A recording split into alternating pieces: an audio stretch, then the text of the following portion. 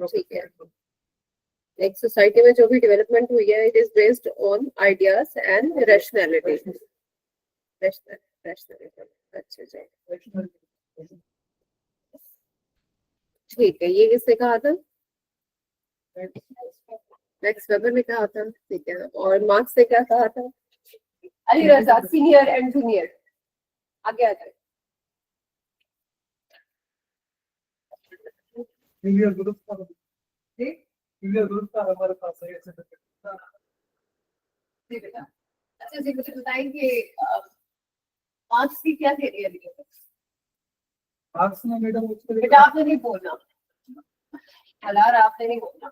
अली रजा बताएंगे, अली रजा सीनियर हमें एक्सप्लेन करेंगे। अली रजा खान है आप बेटा? कितने से बिलोंग करते हैं? सिंध से। ओके, अली रजा शेख। ठीक है, हाँ जी बताए। What was the theory of Karl Marx? Class. अच्छा,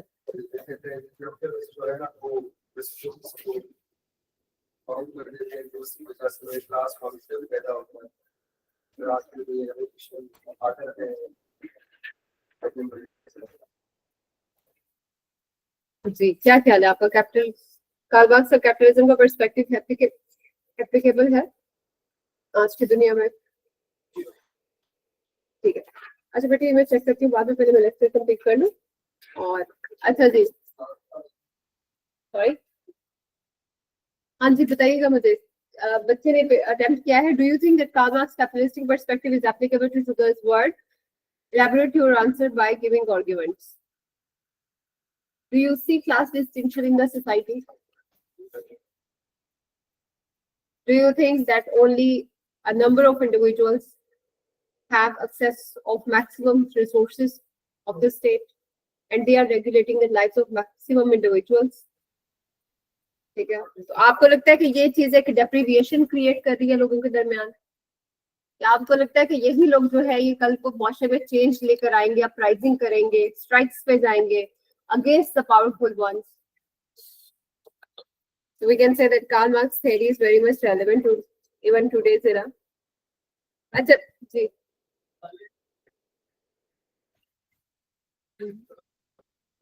हाँ बिल्कुल, फ्रेंच रेवोल्यूशन वाली ऐड होंगे। फ्रेंच रेवोल्यूशन तो बेटा पुरानी बात हो गई ना।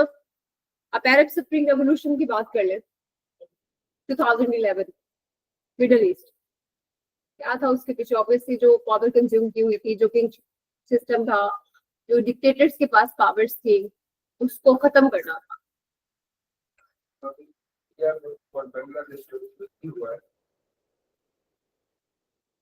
बिल्कुल बिल्कुल बिल्कुल इसी तरह से है।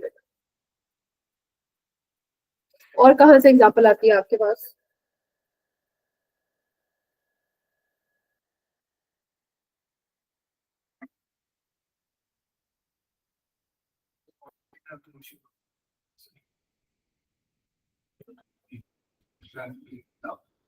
तब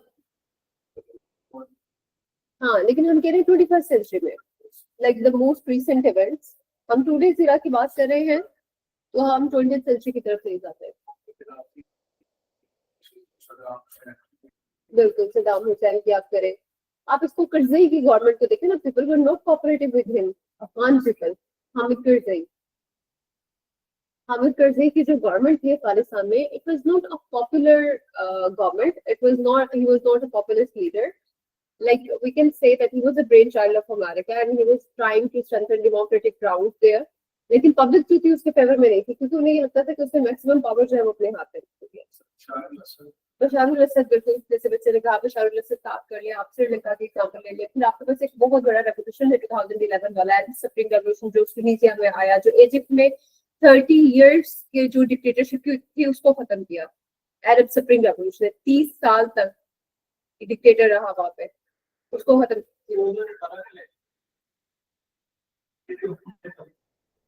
देखिए पावर कंजम्पशन तो हर जगह, इस चीज को तो हम डिनाई नहीं कर सकते। आप चाहे मैडम या कोई और इस चीज को फेवर करें या ना करें, हकीकत तो यही है ना कि फ्यू पावरफुल एलिट्स हैं जिन्होंने पूरी पावर को कंज्यूम किया, ना सिर्फ पॉलिटिकल पावर बल्कि आपकी इकोनॉमिक पावर में, और आपके लिए मॉरल ग्राउंड्स पे वही सेट करते हैं, आपकी पूरी सोसाइटी को वही लोग रेगुलेट कर रहे हैं।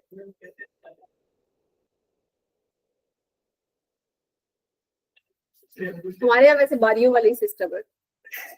अच्छा जी, आज हम बात करेंगे इमेजिन के वो रिव्यू कंज्यूम के बारे में।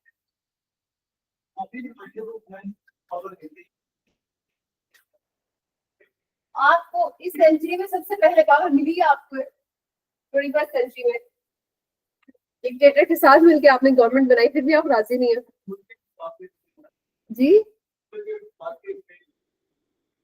मुल्क के मुफाद में आपने डिक्टेटोरियल रिजीम को सपोर्ट किया जी। के लिए अपोजिशन पार्टी जो है, हाँ,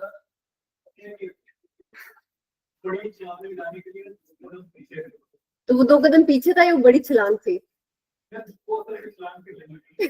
छलांग पे लगी। ठीक है। अच्छा बेटे, इमेजिन फ्रेम कहते हैं जी के सोसाइटी जो है, जैसे इंटरनेशनल रिलेशंस में रियलिस्ट कहते हैं कि आपकी state is superior to everything.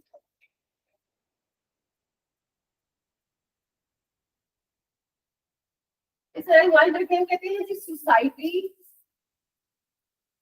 Is the most powerful unit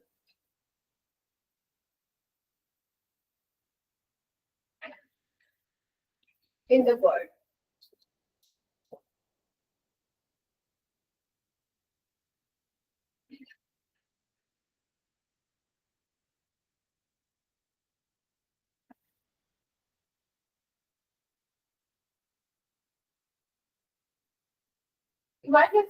According individuals are not important, but society is important. जो भी रूल्स एंड रेगुलेशंस होते हैं, जो बिलीफ्स होते हैं, नॉर्म्स होती हैं, वैल्यूज होती हैं, वो प्री डिसाइडेड होती हैं, या वो चीजें जो है सोसाइटी में ऑलरेडी एग्जिस्ट करती हैं, और जो इंडिविजुअल सोसाइटी का हिस्सा बनते हैं, जो इंडिविजुअल बीइंग्स जो है वो सोसाइटी का हिस्सा बनते हैं, वहां पर जो जन्म देते हैं, उनके लिए उस सोसाइटी को फॉलो करना जो है वो एडेबेंट हो जाता है, या बहुत आपके समझे कि प्री डिसाइडेड ये चीज होती है कि जब आप किसी मुआशरे का हिस्सा बन रहे हैं तो जो भी वहाँ के नॉर्म्स, वैल्यूज या बिलीफ्स होंगे आपने उनको फॉलो करना है। तो हम ये कह सकते हैं कि सबसे इम्पोर्टेंट जो यूनिट है यूनिवर्स का वो सोसाइटी है, अकॉर्डिंग टू इमेजिन फ्रेम। इंडिविजुअल्स जो है they are not important, they are not the centre, society is the centre. Society individuals के एग्जिस्टेंस से बहुत पहले भी मौजूद थी, यानी कि सोसाइटी में जो भी डेवलपमेंट होती है वो ह्यूमन बींग्स की वजह से नहीं होती, वो सोसाइटी की अपनी वजह से होती है।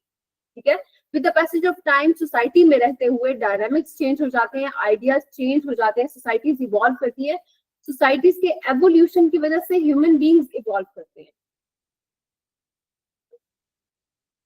स्टेट इंटरनेशनल रिलेशंस आया लिखा ना, जैसे इंटरनेशनल रिलेशंस में रियलिज्म के accordingly state is the most important actor. वो कहते हैं इंडिविजुअल्स इंपॉर्टेंट नहीं है, वो कहते हैं एमएनसीज इंपॉर्टेंट नहीं है, आपके एनजीओज इंपॉर्टेंट नहीं है, आपके जो मल्टीनेशनल ऑर्गेनाइजेशन है वो इंपॉर्टेंट नहीं है, बल्कि सबसे इंपॉर्टेंट जो यूनिट है वो स्टेट है। बिल्कुल इसी तरह मैडम के अकॉर्डिंगली सोशियोलॉजिकल थियरी में तो सबसे इंपॉर्टेंट एलिमेंट या यूनिट है यूनिवर्स का, दैट इज सोसाइटी। सोसाइटी जो है वो इंडिविजुअल बर्थ से पहले मौजूद थी,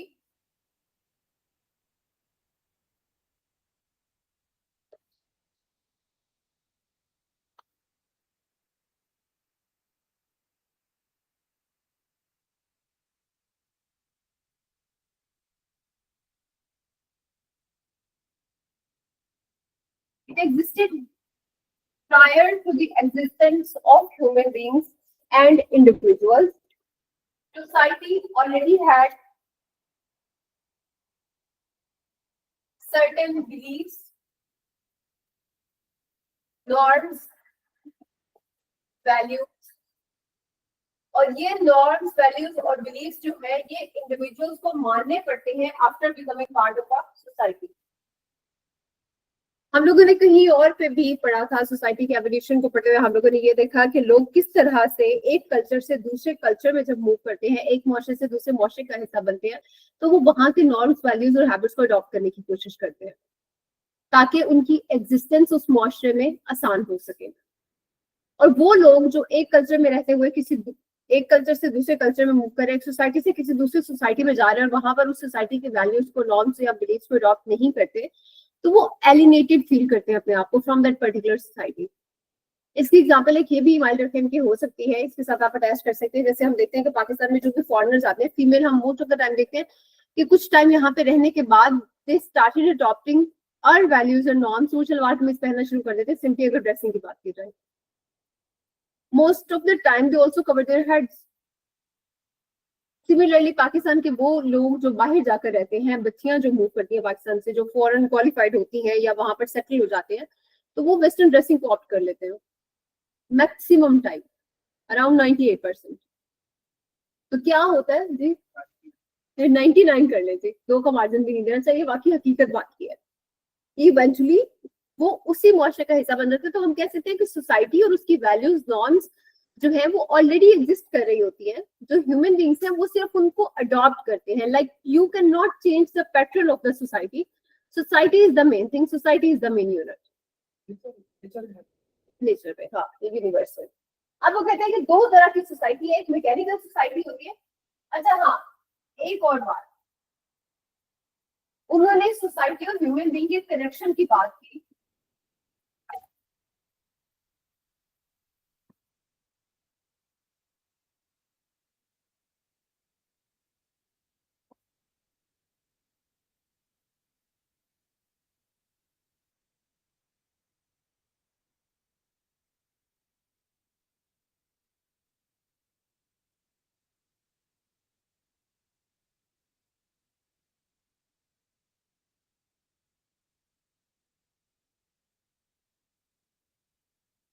जो स्ट्रॉन्ग कनेक्शन होगा इंडिविजुअल्स और सोसाइटी के दरमियान, वो सॉलिडेरिटी कहलाएगा।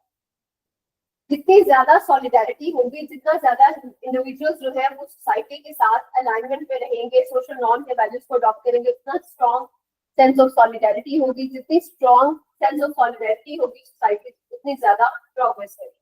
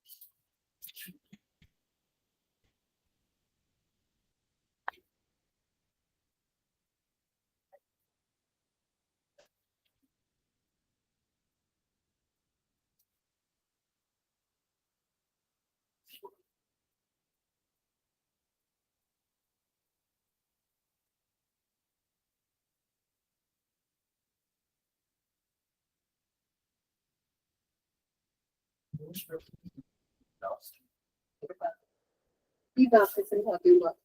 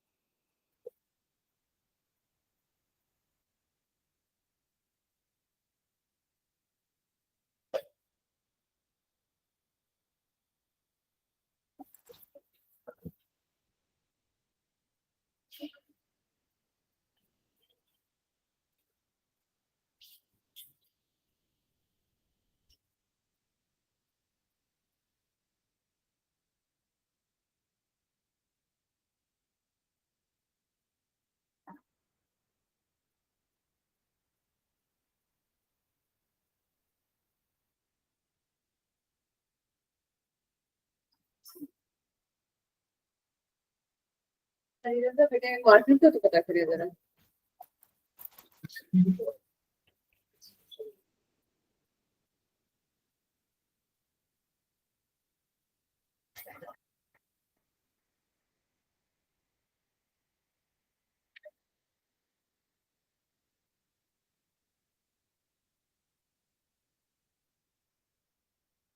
अच्छा जी, according to Imaider theory, there are two major stages for the evolution of the society. पहला जो है वो मैकेनिकल सॉलिडारिटी है, जहां पर इंडिविजुअल्स का रिलेशन बनता है सोसाइटी के साथ। लेकिन मैकेनिकल सॉलिडारिटी जो है it is driven by the strong sense of value and belief. यानी आप ये कह सकते हैं कि इसमें जो ट्रेडिशनल बॉन्ड है वो ज्यादा स्ट्रॉन्ग होता है। इसमें वैल्यूज, नॉर्म्स और बिलीफ के थ्रू जो रिलेशन होता है मुआशरे के साथ लोगों का वो ज्यादा स्ट्रॉन्ग होता है। आप ये कह सकते हैं बेटा गाँव देहातों की इसमें एग्जाम्पल ले लें कि हमारी जो सोशल नॉर्म्स और वैल्यूज है वो वहां पर ज्यादा देखने को मिलती है, चाहे वो फीमेल के पैटर्न में हो चाहे मेल के पैटर्न में हो।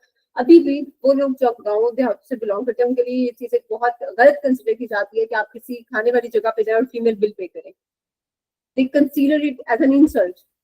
ठीक है, फीमेल जो है वैल्यूज है ना, ये आपकी नॉर्म्स है। ठीक है, ये बहुत स्ट्रॉन्ग सेंस होती है उन लोगों में जो फॉर लॉन्ग एरिया से या गाँव देहातों से बिलोंग करते हैं। उसके अलावा आप अपने आप को प्रॉपरली कवर करना, आपकी प्रॉपर ड्रेसिंग, आपका वे ऑफ कम्युनिकेशन, ये बहुत सारी चीजें होती हैं। या आपके सर्टन जो मुआशरे की वैल्यूज है ये अभी भी प्रोमिनेंट होंगी गाँव और देहातों में, क्योंकि वहां पर मैकेनिकल सॉलिडारिटी ज्यादा स्ट्रॉन्ग है। यानी सोसाइटी और इंडिविजुअल के दरमियान जो रिश्ता है उसकी बेस वैल्यूज और बिलीव्स पर है। वो लोग वैल्यूज और बिलीव्स को मोस्ट ऑफ द टाइम, यानी कि आप कह सकते हैं कि मैक्सिमम टाइम विदाउट शुगर है।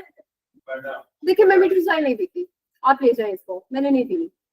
और सर से कहे मैडम कह रही है ये मुझे नहीं आ गया। सर से कहे कि मैडम कह रही है मैंने विदाउट शुगर भी नहीं है। जी ये सुसाइड। अच्छा जी, मैकेनिकल सॉलिडारिटी में क्या होता है कि वैल्यूज और बिलीव्स की बेसिस पे रिलेशन बनता है लोगों के दरमियान और सोसाइटी के दरमियान, और ये रिलेशन ज्यादा स्ट्रॉन्ग होता है। नो स्पेशलाइजेशन ऑफ टास्क का मतलब ये है कि वहां पर जो रिलेशन होगा वो आपकी स्पेशलाइजेशन पे नहीं होगा। यानी कि अगर आप बहुत अच्छे आईटी स्पेशलिस्ट हैं या आप बहुत अच्छे इंडस्ट्रियलिस्ट हैं या बहुत अच्छे डिसीजन, जैसे कि मैडम कह रही है मैंने भी नहीं किसी और को दे दे, आपको पता है मैं नहीं ली थी, कोई बात नहीं। सर से मैडम कह रही मैंने नहीं ली। स्पेशलाइजेशन ऑफ टास्क का मतलब ये है कि आपकी पहचान जो है वो डॉक्टर होना या इंजीनियर होना नहीं होगा। आपकी पहचान जो है यानी सोसाइटी के साथ जो आपका रिलेशन है वो आपका फंक्शन बेस्ड नहीं होगा, वो टास्क स्पेशलाइजेशन की बेस पे नहीं होगा, बल्कि वो वैल्यूज और नॉर्म्स की बेसिस पे, और इस वजह से वो रिलेशन जो है वो ज्यादा स्ट्रॉन्ग हो जाता है। सिलेक्टिव कॉन्शियसनेस का मतलब ये है, अगेन ये आपके टास्क से रिलेटेड है कि एक सेम सेंस ऑफ बिलोंगिंग सब लोग एक्सपीरियंस करेंगे। यानी उन सबका मुआशरे के साथ जो ताल्लुक होगा वो सेम सेंस ऑफ बिलोंगिंग का होगा, ना कि उनकी मटेरियल एग्जिस्टेंस का। अब with the passage of time क्या हुआ है कि सोसाइटीज इवॉल्व हुई है, ऑर्गेनिक सॉलिडारिटी ने जगह ले ली मैकेनिकल सॉलिडारिटी की जगह। ऑर्गेनिक सॉलिडारिटी किस वक्त आती है? जब आपकी इंडस्ट्रियलाइजेशन हो जाती है, जब सोसाइटीज प्रोग्रेस करती हैं, जब सोसाइटी में मटेरियलिज्म जो है उसकी सेंस स्ट्रॉन्ग हो जाती है, तो सोसाइटी में ऑर्गेनिक सॉलिडारिटी आ जाती है। ऑर्गेनिक सॉलिडारिटी को माइंड रखने कहते हैं कि ऑर्गेनिक सॉलिडारिटी की मिसाल बिल्कुल ऐसे है जैसे कि ह्यूमन बॉडी जिसके मल्टीपल ऑर्गन है, but every organ is performing a specific function. Organic solidarity means based on the functional specialization. उसको वो किससे रिलेट कर रहे हैं? आपकी ह्यूमन ऑर्गन्स के साथ, आपकी बॉडी के साथ। आपके हाथ है, आपकी आईज है, आपके ईयर्स है, they have a certain function to perform. तो मुआशरे में जब एवोल्यूशन आया है, जब सोसाइटीज ने प्रोग्रेस की है, तो जो प्रोग्रेस सोसाइटीज है या जो इंडस्ट्रियलाइज्ड सोसाइटीज है उनमें ऑर्गेनिक सॉलिडारिटी बहुत ज्यादा स्ट्रॉन्ग है, जहां पर हम ये कह सकते हैं कि इन सोसाइटीज की बेस यानी कि मौजूदा दौर की बेस जो है वो फंक्शनल स्पेशलाइजेशन या स्पेशलाइजेशन ऑफ टास्क पर बेस करती है, आपकी स्पेशलिटी पे। इस वक्त आपको मुआशरे से ताल्लुक जो है वो, यानी आप ये कह रहे हैं कि लाहौर, इस्लामाबाद या कराची की जब आप बात करते हैं तो आपकी पहचान नॉर्म्स या बिलीव्स की बेसिस पर नहीं होगी, बल्कि इस बेस पे होगी कि कौन सा टास्क आप परफॉर्म करते हैं। आप एक सक्सेसफुल बिजनेसमैन हैं, या आप एक बहुत सक्सेसफुल डॉक्टर हैं, आप एक बहुत सक्सेसफुल इंजीनियर हैं, ठीक है, आपकी पहचान ऑर्गेनिक सॉलिडारिटी वाली सोसाइटीज में आपके फंक्शन की बेस पे होगी, आपके वैल्यूज और नॉर्म्स की बेस पर नहीं होगी। जबकि मैकेनिकल सोसाइटीज में क्या होगा कि आपकी पहचान आपके नॉर्म्स और वैल्यूज की बेस पर होगी। उन लोगों को इस बात से, गाँव देहातों में रहने वाले लोगों को इस बात से फर्क नहीं पड़ता कि आप इंडस्ट्रियलिस्ट से बड़े कामयाब या बड़े कामयाब इंजीनियर या डॉक्टर है। हाँ, लेकिन उन्हें इस बात से फर्क पड़ता है कि आपकी अखलाकियात क्या है, आपके बात करने का तरीका क्या है, बड़ों से कितनी तमीज से बात करते हैं या छोटों से किस तरह बात कर रहे हैं। उन लोगों के लिए वो चीज मैटर करती है। तो मैकेनिकल सॉलिडारिटी में आपकी इखलाकियात, आपकी मॉरल ग्राउंड, आपके नॉर्म्स और वैल्यूज इंपॉर्टेंट है।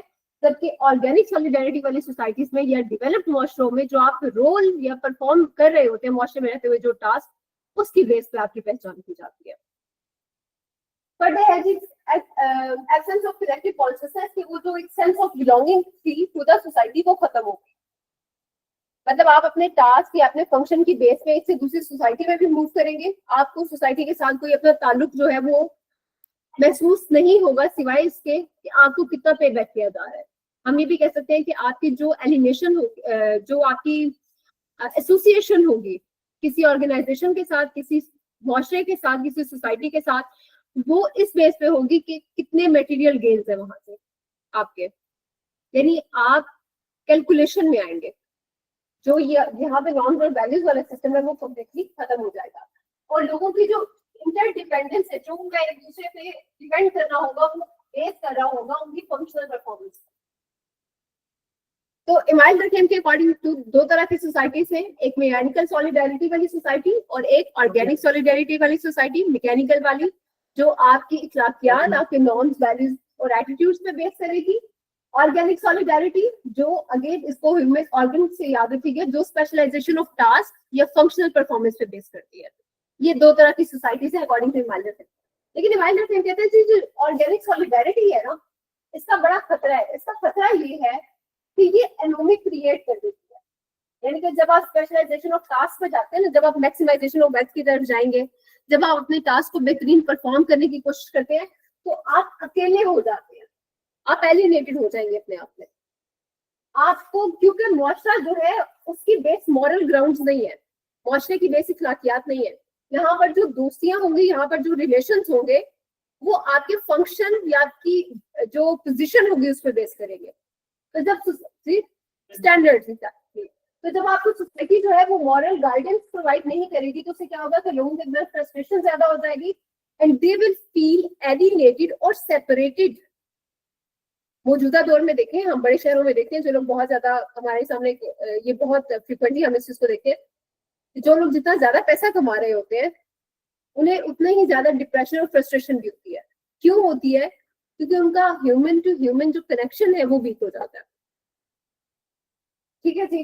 तो इवेंचुअली ये एनोमी जो है ये सुसाइड की तरफ ले जाती है। तो उन मुआशरों में जहां पर ऑर्गेनिक सॉलिडारिटी स्ट्रॉन्ग होती है, वहां पर सुसाइडल केसेस भी ज्यादा रिपोर्ट किए जाते हैं, क्योंकि इंसान जो है वो अपने आप में अकेला हो जाता है। ठीक है बेटा। सेकंड, हमने जो जिसके बारे में बात करनी है, जो हमारे सोशियोलॉजिस्ट है, वो है इब्ने खल्दून। कोई बच्चा जिसने इब्ने खल्दून के बारे में कुछ पढ़ा हो?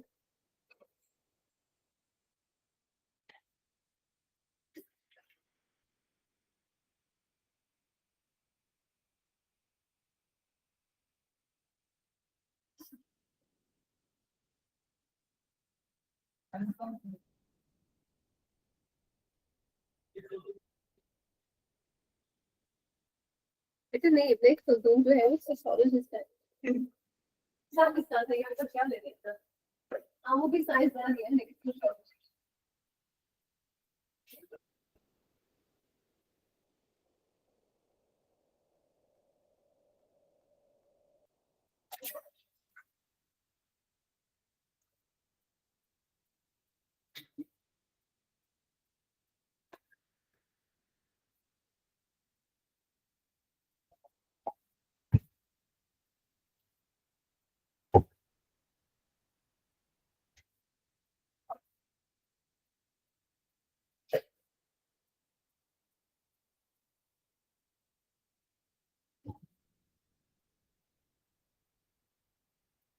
ये खल्दून।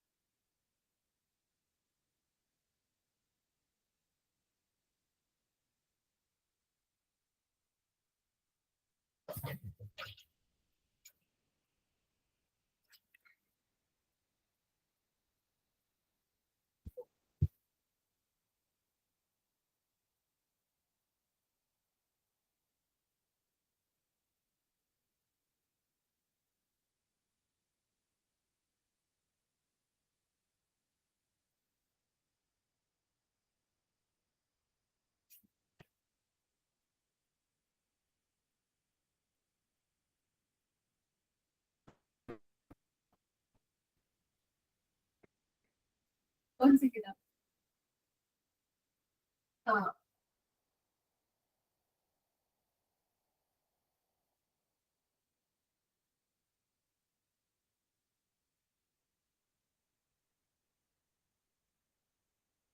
40 years ये कंटिन्यूस रहते हैं ऐसे ना उतर ये किताब, जो किसी भी सोसाइटी का राइज और डिक्लाइन या राइज और फॉल है ना, नहीं ये जो लास्ट पर था मैं आपको बताती हूँ। Family strong it is strong असाबिया, इसी में आपको समझाती हूँ।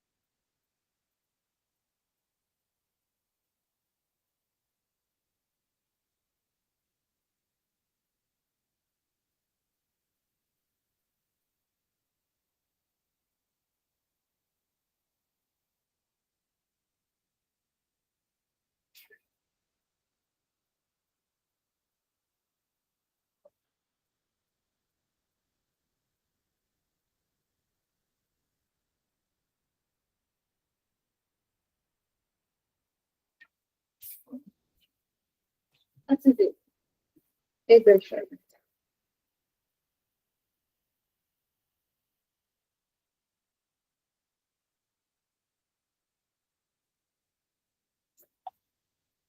Fall of empire according to, जी बताओ। फॉल ऑफ एम्पायर हाँ जी, follow the empire. According to Ibn Khaldun, society जो है वो एक साइक्लिकल स्ट्रक्चर में चलती है। किसी भी सोसाइटी की जो टोटल लाइफ होती है, लाइक वो कहते हैं जी कि सोसाइटी जस्ट लाइक इंडिविजुअल्स, उनका राइज और फॉल होता है। ठीक है, सोसाइटी जो है वो इमर्ज होती है, ग्रो करती है और फिर वो उनका डिक्लाइन आ जाता है। तो बिल्कुल ह्यूमन लाइफ की तरह सोसाइटी जो है उनकी बेस्ट लाइफ होती है। सोसाइटी की टोटल लाइफ जो है वो 120 ईयर्स होती है।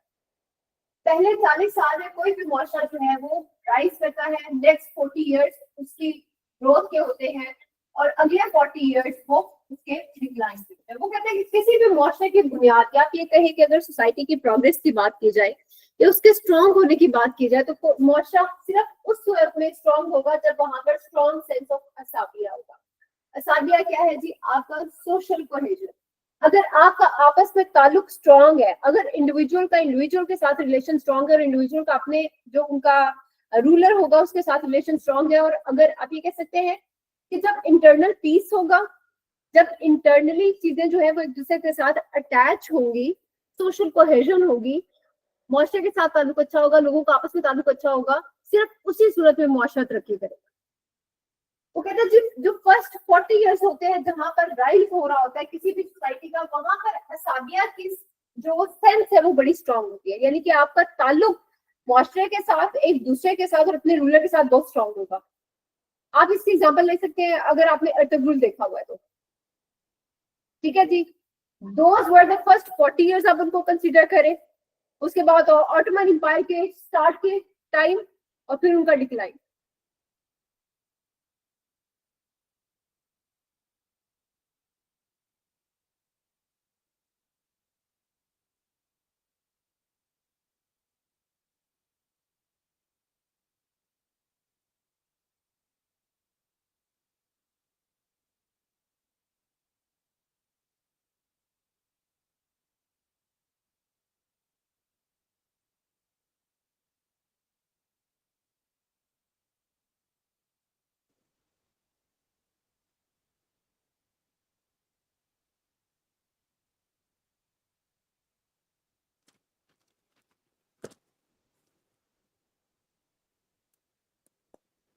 शांता तुम भी रेस्ट करो बस अब।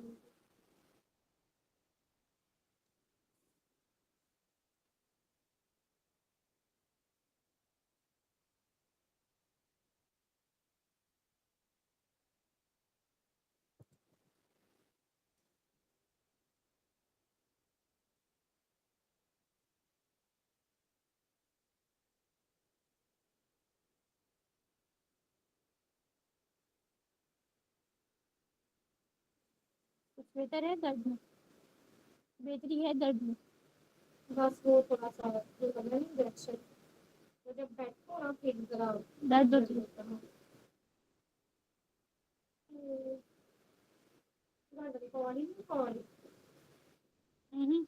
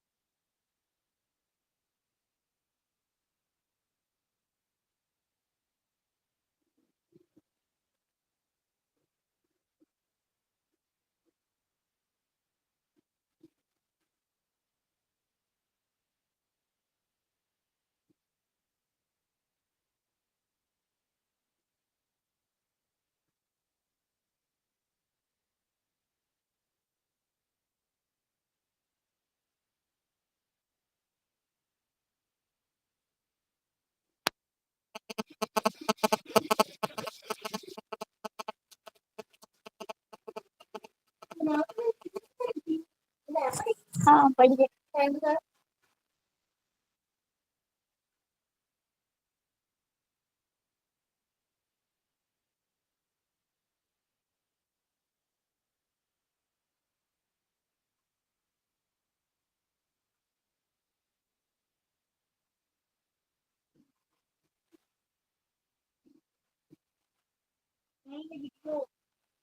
करती हूँ।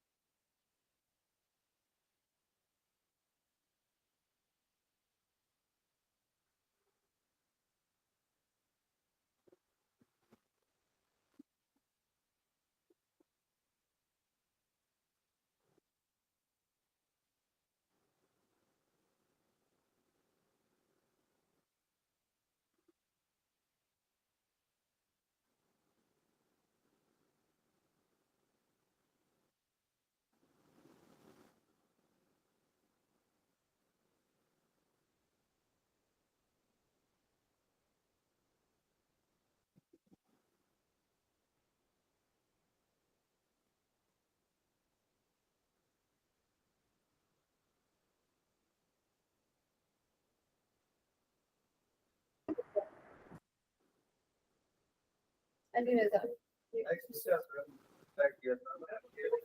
बेटा जब भी लीडर्स का एक बेसिक सी बात है, जब भी लीडर्स का पब्लिक से डिस्टेंस क्रिएट हो जाए ना, ज्यादा पब्लिक रीच आउट नहीं कर सकती लीडर्स को, उस सूरत में सोसाइटी डिक्लाइन हो जाती है।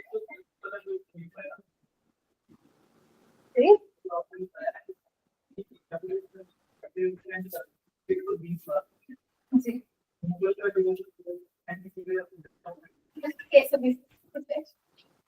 ये दूर के अकॉर्डिंग भी है, लेकिन हमारा बस फोकस इस बात में होना चाहिए कि सोसाइटीज का राइज एंड फॉल होता है, यानी कि वो शायद से स्टार्ट होती है लेकिन फिर डिक्लाइन की तरफ कुछ चलते आते हैं। आप ये देखिए, ये किसी भी रेवोल्यूशन भी आप देखें तो क्या देखते हैं, पब्लिक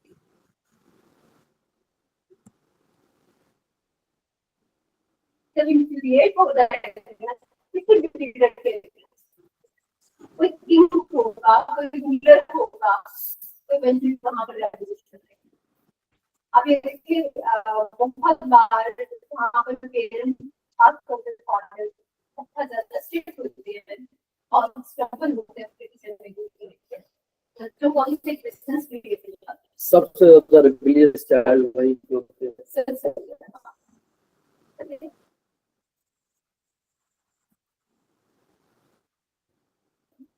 वहाँ पर गैप आ जाता है, वहाँ पर साबिया पीक हो जाएगा, वहाँ पर डिफरेंस जो है वो। मैम ये ऑनलाइन बच्चे शायद बीच में रह गए थे, उनके अगर कोई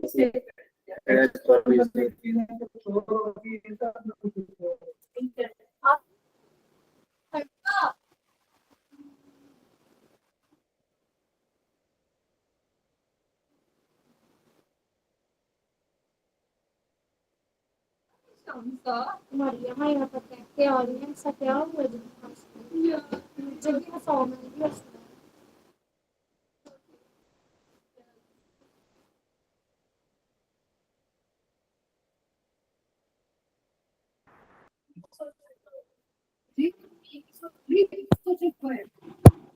और क्या हुआ जब उन्होंने फ्रीडम ऑफ एक्सप्रेशन को अलाउ किया तो बहुत सारी सेंट्रल एशियन कंट्रीज में जब पब्लिक ने रिवॉर्ड स्टार्ट कर दी, प्राइस होने लगी, तो इवेंचुअली क्या हुआ कि स्टेट डिसॉल्व हो गई, जो एक मेजर स्टेट थी वो डिसॉल्व हो गई, उसके कई हिस्से बन गए, कई हिस्सों में वो डिवाइड हो गई। तो जो होता है साबिया, अगेन अगर साबिया सोसाइटी में वीक हो जाएगा तो सोसाइटी डिक्लाइन हो जाएगी। यहाँ पर एक सिंधिक कोर्ट लगाए कि हयात जो हुक्म पे उठाए को उठाए। अच्छा, उससे क्या पहले तोड़ो फिर जोड़ो। आप भी सिंधिक, आप कहाँ से बिलोंग करते हैं?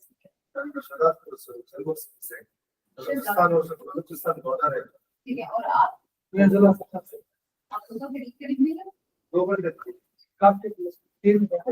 ये दोनों मेरे से 1.5 घंटा दूर है ओके, बलूचिस्तान से। ये रूस के अपने जो कुछ मफाद थे इसलिए उसमें आगे के टेम्पररी तो प्रेस को के मेन मिशंस को कंप्लीट करने। आप इस देखिए कि आपको एक और फेलियर की तरफ जा रही है पाकिस्तान में।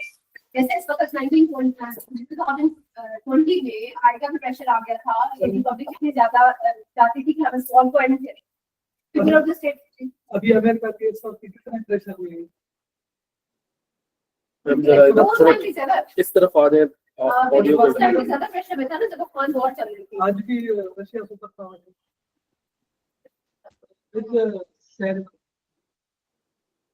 Russia is no longer super power. Super power के लिए सर्टेन डायनामिक्स होते हैं जो आपने वेयर करने होते हैं, उनकी स्ट्रांग इकोनॉमी, उनकी मिलिट्री प्रेजेंस। सबसे जो राइजिंग मेन पावर है वो चाइना। अब ये देखिए, मैं कहती हूँ कि जंग की अगर बात की जाएगी बिल्कुल है,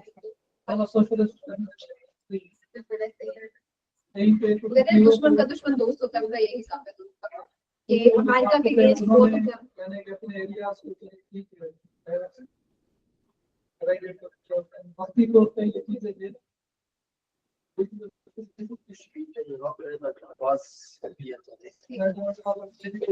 अच्छा जी, ऑनलाइन वाले बच्चे जब हम लोग बात करेंगे कि इब्ने खल्दून के बारे में, इब्ने खल्दून कहते हैं कि मुआशरे का जो राइज और फॉल है, मतलब हम सोसाइटी की बात करें तो सोसाइटी 3 पीरियड्स में डिवाइड हो जाती है। उसका राइज होता है, उसकी ग्रोथ होती है और उसका डिक्लाइन होता है। और सोसाइटीज डिक्लाइन करती है जब उनमें असाविया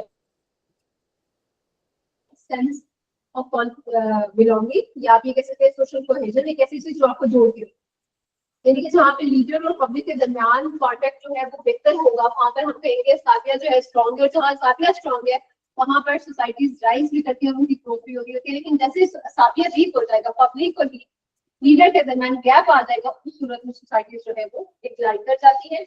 The total duration of a society according to Ibn Khaldun is 120 years. First 40 years में वो राइज करती है, नेक्स्ट 40 इयर्स में उनकी ग्रोथ होती है, जहां पर वो अपनी कल्चर को इम्प्लीमेंट कर रही होती है, उसके अलावा एक्सपेंशन करती है, फर्दर वेल्थ मैक्सिमाइजेशन की तरफ जाती है। और जो लास्ट 40 इयर्स होते हैं उनमें डिक्लाइन होता है।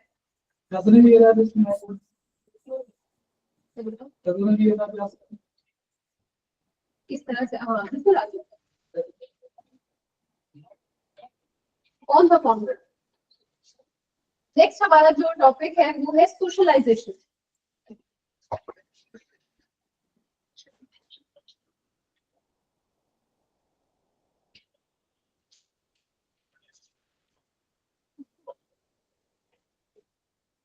नबी का ईरान का कौन फाउंडर है? इसके बाद शहाबुद्दीन गोली वाली तो वो जो था सैयद डायनेस्टी, उसका फाउंडर वो तो मुझे कौन सा? कुतुबुद्दीन पूरी वेट इज बरेड, ये ना हाँ मतलब मुल्तान का रिलेशन क्या था? मुल्तान में कौन सा लीडर है? अभी भी आपके पास है? मुल्तान में लीडर कौन था? शहाबुद्दीन कौन सा? मुझे नहीं है ठीक से। I'm not very good at politics and subcontinent. मुझे कुछ को भी कभी इंटरेस्ट नहीं रहा है, नहीं तो मुझे बहुत बोरिंग लगती है। बच्चों का होगा वैसे, वो ऐसा होता है डायनेस्टिक पॉलिटिक्स, डायनेस्टीज जो थी सबकॉन्टिनेंट में।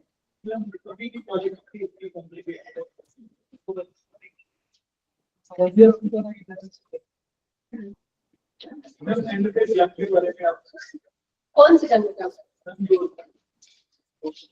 आप जरूर लगवाना चाहते हैं पाकिस्तान हमें? और नहीं बेटा, जनरेशन यही होती है। में डेवलपमेंट से ज्यादा सभी मोहन को क्या करना चाहिए? क्या बेटा? मोहन को हल्के क्या सही बात है। कौन कौन से बेटा पाकिस्तान पाकिस्तान किस हिसाब से कह रहे हैं आप? खुशहाल बनने का खुशहाल बनने का। अच्छा इसलिए नहीं, मैं वही पूछ रही हूँ किस पर्सपेक्टिव में, जंग के हवाले से कह रहे हैं आप? नहीं ढंग से डेवलपमेंट एक नया प्रोजेक्ट लॉन्च किया है उन्होंने चावल के खिलाफ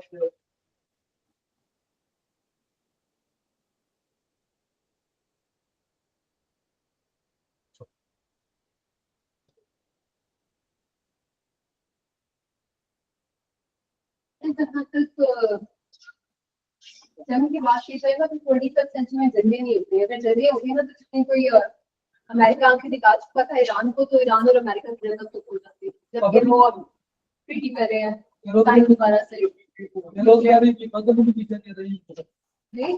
बेरोजगारी की बदल हाँ हो रही है, वही हो सकती है।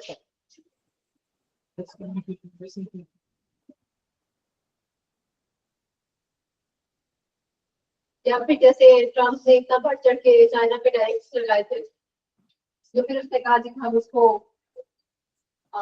एग्रीमेंट के हाँ सस्पेंड भी करते हैं, और फिर उसने कहा कि हम एक एग्रीमेंट को इंक्लूड करना चाहते हैं, अगर हम कामयाब हो गए तो हम टैरिफ कम कर देंगे। तो ये आप सोचते हैं जो भी है तो पहले तो जंगे नहीं होती जब अमेरिका की बची पड़ी जंगों की खत्म नहीं कर सकती है और इंडिया नहीं कर सकती है।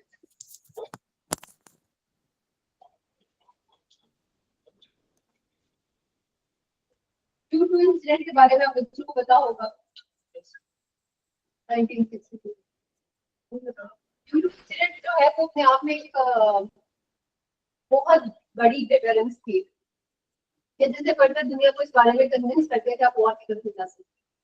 बल्कि U2 नहीं, sorry, Cuban missile crash 1960, Cuban missile crash with deployment of missile लेकिन आप उसमें इशू नहीं था अगर वो कैप्टन और जो था वाइस कैप्टन की लड़ाई था नहीं बेटा देखिए ना कैसे क्या था जब नाइट्रोजन क्राइसिस क्यों अमेरिका ने क्यूबा में डिप्लॉय किए थे रशिया ने भेजा बेसिकली उनको तो कंसर्न था नेटो में यूएसएसआर की जो क्या है स्टील एनवायरमेंट कहाँ पर डिप्लॉयमेंट और यूरोप के अंदर जो यूएसएसआर इधर एक्सपैंड कर रहे हैं इस तरह के जो नेटो स्टेट्स थे पोलैंड में की और अमेरिका ने तभी की थी 1953 और इससे लेकर 1953 से 1960 तक इराक का ये ट्रेड तो सबमरीन थी ना इनकी रशियन सबमरीन थी लेकिन उनको क्लियर ऑर्डर्स थे कि अगर आपके ऊपर अटैक होता है तो आप कहते बात है ना कि 53 से 59 तक ना इनके रिलेशन बहुत अच्छे रहे हैं यूएसएसआर और अमेरिका की क्योंकि यूएसएसआर में जो मेन स्टैलिन था उसकी डेथ हुई 53 में उसके बाद उन्होंने एक पॉलिसी का अडॉप्ट की जहां पर ईजिंग ऑफ टेंशन के बारे में उन्होंने बात की दोनों स्टेट्स 59 में आके दोबारा से जो है वो टेंशन दोनों के दरमियान क्रिएट होना शुरू हुई जब पोलैंड में 59 में डिप्लॉय किए थे यूएस से जो न्यूक्लियर वेपन्स है तब 60 में न्यूक्लियर वाले किए थे बाकी तो आप ये देखें ना कि स्टेट्स अगर की सॉवरेनिटी को थ्रेट है मैं बात ये करूं जो जब उन्होंने डिप्लॉय किए थे इनकी सबमरीन थी न्यूक्लियर जो क्यूबा जा रहे हैं और क्या कहते हैं ट्रांसपोर्ट भी हो रहे थे इनके मिसाइल्स वगैरह लेकिन जो सबमरीन थी जिसका मेन इशू था वो क्या कहते हैं न्यूक्लियर वॉरहेड से तो उनको ये था कि अगर आप अटैक उनके ऑर्डर्स ये थे क्लियर थ्रू रेडियो कांटेक्ट सारे तो उनको अटैक हुआ था सबमरीन पे अटैक हुआ था उनके ऑर्डर्स ये थे कि आप न्यूक्लियर अटैक करना तो जो कहते हैं कैप्टन चार्ज था चार्ज में करते उसने कहा था अटैक करते जो वाइस कैप्टन था उस शिप का वो उनका काफी मतलब क्या कहते हैं क्लैश वाला प्रॉपर उनकी फाइट हुई और उनको जो बाकी का स्टाफ वाइस कैप्टन के साथ था इस वजह से हुई ऐसा बिल्कुल कि हम चीजें लीड करते हैं लेकिन वो चीजें के लिए थे कि स्टेट से डायरेक्शन थी स्टेट की गलती डायरेक्शन लेकिन अगर वो अटैक हो जाए तो फिर तो ये कहता है कि वो फिगर क्राइसिस उसके लिए अमेरिका और यूएस सब रिलीज कर दिया कि अगर किसी भी मूवमेंट में आप अटैक करते हैं या न्यूक्लियर जो वेपन्स है उनका यूज करते हैं न्यूक्लियर बेस का तो उसमें ऑब्वियसली सिर्फ एक दूसरे से नहीं के साथ और बहुत सारी कंट्रीज हो गए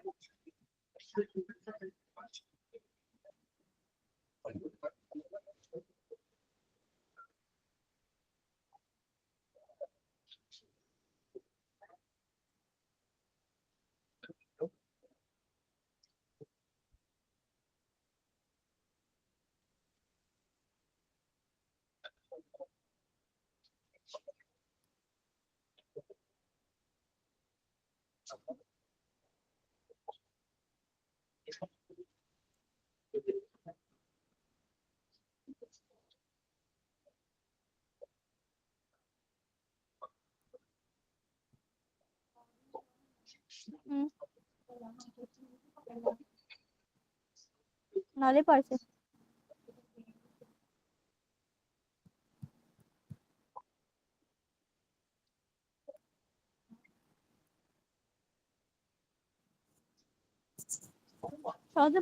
मुनव्वर भाई से क्या मंगवा लो अगर मंगवाने हैं तो उनको पैसे तो वो भी ला देंगे मुनव्वर भाई हाँ पर्ची पे लिख दो जो जो फ्रूट चाहिए पैसे दे दो वो ला देंगे हाँ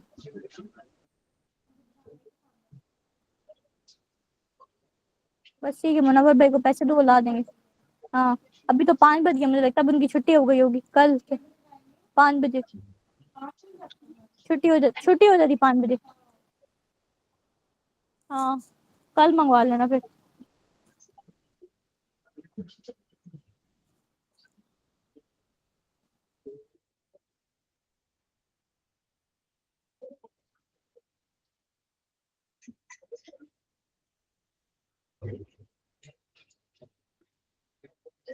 socialization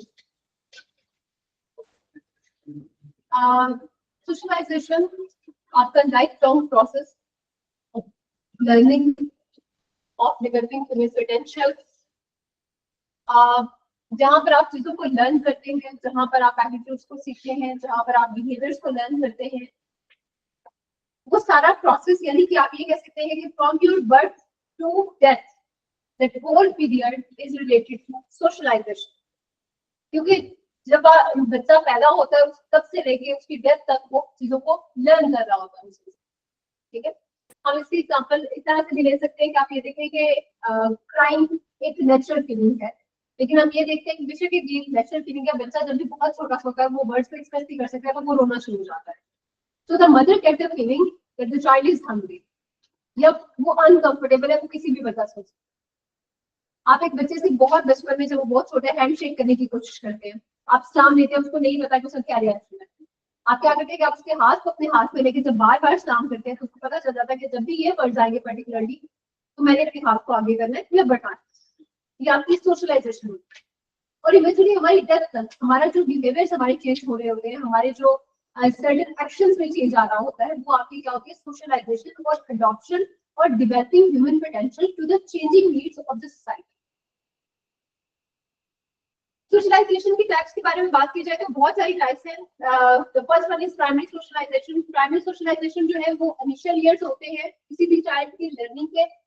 अब अगर हम सिगमंड फ्रॉइड की बात करें, साइकोलॉजिस्ट, वेरी प्रोमिनेंट साइकोलॉजिस्ट, तो वो कहते हैं जी कि जो डेवलपमेंट होती है ह्यूमन पर्सनालिटी की वो तब से स्टार्ट हो जाती है when a child learns to go to the toilet. यानी आपकी टॉयलेट ट्रेनिंग से आप ये कह सकते हैं कि जो पर्सनालिटी डेवलपमेंट है ये 2.5 इयर्स ऑनवर्ड स्टार्ट हो जाती है। ये ऐसा प्रोसेस नहीं है कि जो 13 साल के बाद या 15 साल या 20 साल के बाद आपकी पर्सनालिटी डेवलपमेंट होगी, बल्कि आपकी ईगो और जो सुपर ईगो है वो भी the passage of time grow करेगी। आपको एक छोटी सी बात बताते हैं, कुछ लोग अपनी बातों को लेके बहुत ज्यादा सख्त होते हैं, या हम ये कह सकते हैं कि कोई ये भी पॉइंट होता है डिस्कशन का जो उनको बहुत जल्दी गुस्सा दिला देता है, ठीक है। कोई एक पॉइंट होता है डिस्कशन का जो उन्हें बहुत जल्दी गुस्सा दिला देता है, उसको सिगमंड फ्रॉइड रिलेट करते हैं इड के साथ। यानी कि आपकी चाइल्डहुड नीड जो सप्रेस हो जाती है और वो आपके अंदर रह जाती है और लेटर ऑन वो आपकी इड में कन्वर्ट हो जाती है। इड आपका वो एक्सेप्टेबल बिहेवियर है जिसके थ्रू आप अपनी उस फीलिंग को एक्सप्रेस कर सकते हैं मुआशरे के सामने, यानी पर्टिकुलरली उसको तो नहीं, लेकिन एट द बैक एंड वही एक चीज होगी जो उसको ट्रिगर करेगी। सिंपल एक बात करें, बहुत सारे लोगों में सेक्सुअल अर्जेस बहुत ज्यादा होती है। वो क्यों होती है? क्योंकि उनके चाइल्डहुड एक्सपीरियंसेस इस तरह के होते हैं या उनमें इतनी ज्यादा होती है कि वो एक सोशली एक्सेप्टेबल बिहेवियर की तरफ उसको ले जाके एक्सप्रेस कर रहे हैं। बहुत सारे ऐसे लोग होते हैं जो उसको भी मॉनिटर नहीं कर पाते, ठीक है। 3 स्टेजेस होते हैं पर्सनालिटी डेवलपमेंट के, ये पर्सनालिटी की जिसमें इड होती है, ईगो होती है, जहाँ इड और सुपर ईगो के दरमियान चीजों को मैनेज कर रहे होते हैं। सुपर ईगो ही होती है कि आपको पता है कि मोरालिटी के अकॉर्डिंगली ये चीज एक्सेप्टेबल है मॉशरे में और ये नहीं है, तो आप उसको उसी पैटर्न में लेकर चलेंगे। इट आपकी इनेट डिजायर होती है जिसको आप कंट्रोल नहीं कर पा रहे, वो किसी खाने वाली चीज के लिए भी हो सकती है। यानी कि टाइम पे बच्चे को चॉकलेट चाहिए, आप बड़े बच्चे हैं, आप वो बच्चे हैं जो कॉम्पिटेटिव एग्जाम की तैयारी करें, लेकिन किसी टाइम पे क्रेविंग किसी चीज की बहुत ज्यादा हो रहा है। वो जो शिद्दत आती है किसी वो जो शिद्दत आती है किसी भी चीज को लेके आपके रवैये में, वो आपकी इड है। उसको मैनेज करना आपकी ईगो का काम होता है। ईगो आपको कहेगी आईफोन नहीं, तो Android is not a bad option, आप ये यूज कर सकते हैं। इट कहेगी कि आईफोन ही चाहिए, और सुपर ईगो कहेगी कि आईफोन या एंड्रॉइड हो या ना हो, I am good with everything. जी iPhone या Android और iPad जिसका रिस्पांस कोई नहीं, सुपर ईगो ये होती है कि जहाँ पर आप बड़े वेल मैनर्ड और बहुत अच्छी तरह परफॉर्म कर रहे होते हैं, वो आपकी सुपर ईगो होती है। कहने की बात ये है सब में कि जो आपके प्राइमरी सोशलाइजेशन है वो आपके बहुत छोटी उम्र के एक्सपीरियंसेस होते हैं, कि बहुत छोटी उम्र की लर्निंग होती है, जहाँ पर आप अपने एक्सप्रेशन जो है उनको एस्टैब्लिश करना शुरू हो जाते हैं। आप ये बताना शुरू हो जाते हैं कोई चीज आपको अच्छी लग रही है, कोई बुरी लग रही है, आपको भूख लगी है, कुछ भी, ठीक है। या बच्चे जो है उनका डायपर अब बहुत टाइम खराब होता है तो इरिटेट होकर रोना शुरू हो जाते हैं, तो वो भी कौन सी है? वो आपकी प्राइमरी सोशलाइजेशन। जो सेकेंडरी सोशलाइजेशन होती है ये वो जो सेकेंडरी सोशलाइजेशन है वो आपकी वो सोशलाइजेशन होती है जो आप समझे जो 12 to 13 इयर्स में आप सोशलाइज करते हैं। 12 to 13 इयर्स में या 13 से 15 इयर्स में, जहां पर आप बहुत बड़े मुआशरे का हिस्सा होते हुए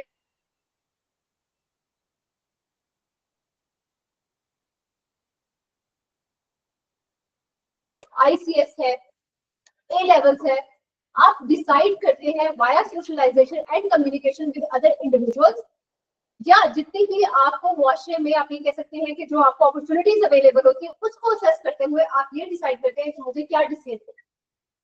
वो आपकी सेकेंडरी सोशलाइजेशन है, जो एक आपके बचपन के एक्सपीरियंसेस हैं, जो आपकी प्राइमरी सोशलाइजेशन है, एक आपके एडल्टहुड के एक्सपीरियंसेस है जिनकी बेस पे आप डिसीजन मेकिंग कर रहे होते हैं, वो आपकी सेकेंडरी सोशलाइजेशन है। ठीक है बेटा, इससे फर्दर कल हम इंशाल्लाह पढ़ेंगे, क्लास का टाइम हो गया और बेटे आपका पेपर लेके जा रहे हैं।